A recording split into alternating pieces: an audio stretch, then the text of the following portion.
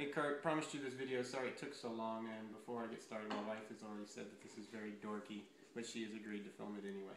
Anyway, I was just going to show you the Ruger that I promised I'd send you pictures of, and just real quick, the biggest things that I did is I replaced the wood stock that came with it on the $189 version, and the traditional barrel. It's a good heft, and no complaints with this barrel at all, but I went with the bull barrel, which we'll get to in a second. So first, a very rubbery hoe grip. It's very comfortable. Actually adds quite a bit of weight compared to the wood stock.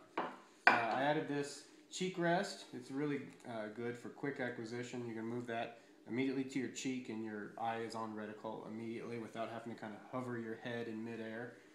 It's adjustable. You can add a little bit more depth in there to push it out just to make it right for your face, or maybe pull it in if you've got a little bit wider face. As we go up, obviously pretty significant.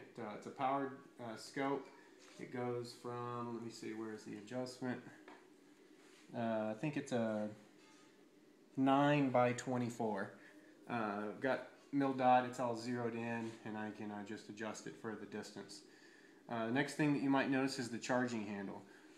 Ruger always starts with this little, I don't know how you would describe this thing. This would be the regular charging handle, but I like this a little bit more substantial feel. Inside of here, which you can't see, there's a lot of additional things. There's a buffer coil. It's a little metal rod. Typically, on the stock version, it gives it a very clanky sound when it comes back. In fact, I'm going to pull this back hard, and you'll hear it just makes a very reduced thud. That's because I replaced that metal rod buffer with a plastic one, and it just makes a big difference. You barely feel anything when you pull the trigger. I've also replaced the hammer and sear. You can't really show it, but it reduces the trigger pull. You don't even feel it. Notice there's no indication that it's about to go off. It's a very smooth trigger pull.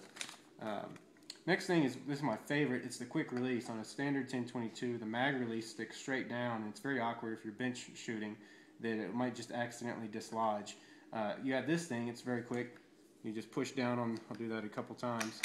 You just push down and it drops right out. Works really well too.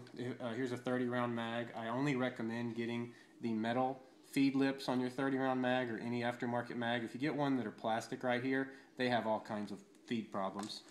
But again, quick release. You just push down. So it does the same action. It's just that you've pushed the contact point all the way back here. So you can go from shooting. You can either use the shooting finger or off finger. Put on the quick. This comes supplied with it. Actually, I got a different one, but ultimately the same. You see the bull barrel, and then I added this quick. To the swivel stud, I added a quick bipod. Of course, you've seen all my guns. I seem to put a bipod on everything.